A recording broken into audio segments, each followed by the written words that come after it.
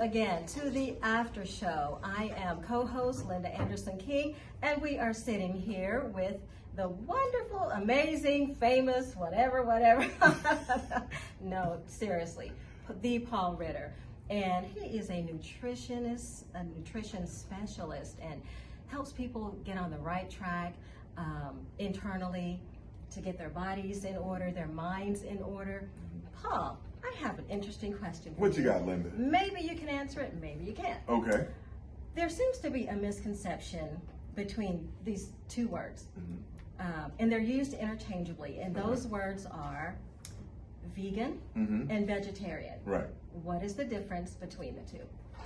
Okay, so vegan is generally somebody that will partake in fish, some other things. Vegetarian is going to be the person that's just vegetables, whole grains. Either one is good, but many times people misconstrue that because they'll say, oh, I'm going to be vegan or vegetarian, but then they will start to overconsume dairy products or overconsume products that have a lot of soy. And then they won't understand why their cholesterol is elevated. Well, what common America does not know is dairy, Linda, has twice as much cholesterol as any meat. And the same thing goes for soy. Soy has a lot of cholesterol, so when people start saying, well, I don't eat meat, I'm doing a lot of soy things, I say, well, your cholesterol is still elevated.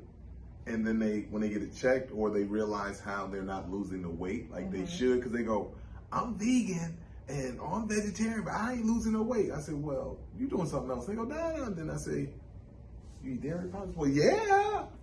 And that holds the weight.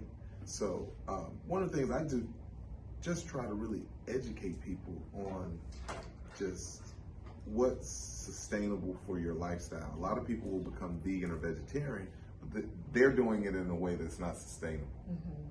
Because they're just trying to get in a bathing suit or get a six-pack. But there's a lot of fat in dairy. Tons. There's tons of fat in dairy. But you know what? Interestingly enough, I actually had the vegan and the vegetarian flip-flopped. You explained it differently. I thought the vegan was just strictly plant-based and they don't do milk or... The vegetarian is the one that's just going to be all veggies and just... And both are great. Once again, not that... you just have to create a plan that's sustainable. Because now we're at the beginning of the year and everyone is doing all these different fasts, the Daniel fast.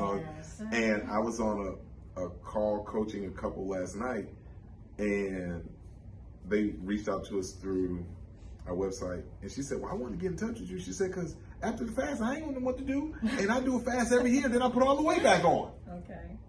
And that's what happens. So you just got to have something that's sustainable, that's practical, that's affordable, that fits your budget. Okay, all right. And speaking of beginning of the year, New Year's resolutions, this is January. Right there, yeah. So what is the simplest, most high impact change someone can make today to noticeably improve their health?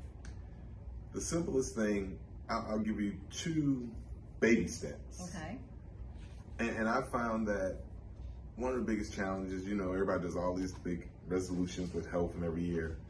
You make all these big plans, but you got to take baby steps. I believe, I've heard the saying so long ago, inch by inch is a cinch. Yard by yard is hard. So if we just take a couple of baby steps, so to answer your question, start drinking clean water. Let's just start drinking alkaline water every day. Let's start there. And then make a decision that we're gonna eat a few more fruits every day. Maybe instead of getting a bag of Doritos, I want to eat some grapes. I want to eat some apples. I want to eat some oranges. And if you start taking those baby steps, then you'll find yourself saying, ooh, I want that more because it makes you feel better. And once you start feeling better, it's easier to shift. Right. It's hard to shift when you're feeling bad. It's hard to shift when you just like. And when it's easy to just grab something. It's easier. Take that. So if the 2 baby steps we start this week, drinking clean water, eat a few more fruits. Okay. All right. That will work. How does someone's relationship with food reflect the relationship with themselves? Come on now, Linda. We're gonna be here for a while now. Talk to me. You know, one of the things that I find all the time is based on how people eat. That tells me a lot about their whole life. Well, they are. That's right. It tells me a lot. That doesn't mean you can't be successful, but there's going to be either you have a level of excellence that you can achieve, or you are capped out based on how you eat. Because if you eat a certain way, and when I say a certain way, like you eat out a lot, just grabbing and going, you don't have the energy to be excellent. You don't have the energy. See, to be great in any field, you got to have the energy to be that. And if you're not eating a certain way, there's no way you're going to attain that. Right. And it transcends every area of business, not just in sports, but if you look at some of the most successful people in the world, they eat a certain way. The best athletes eat a certain way.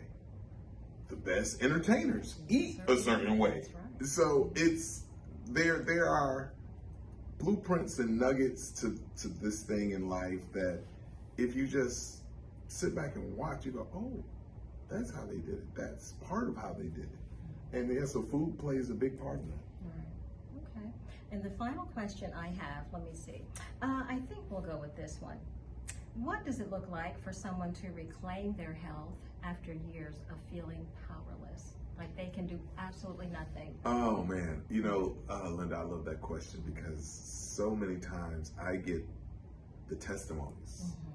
And I don't get them I get some of them when I'm working with clients. I get a lot when I'm working with clients, but I get even more like 8 months down the road when I haven't heard from them, and they'll just say, hey, I'm still doing this and this, and now I'm off of this, or this is going away, or that is going away, or my kid's eczema is gone now, or whatever.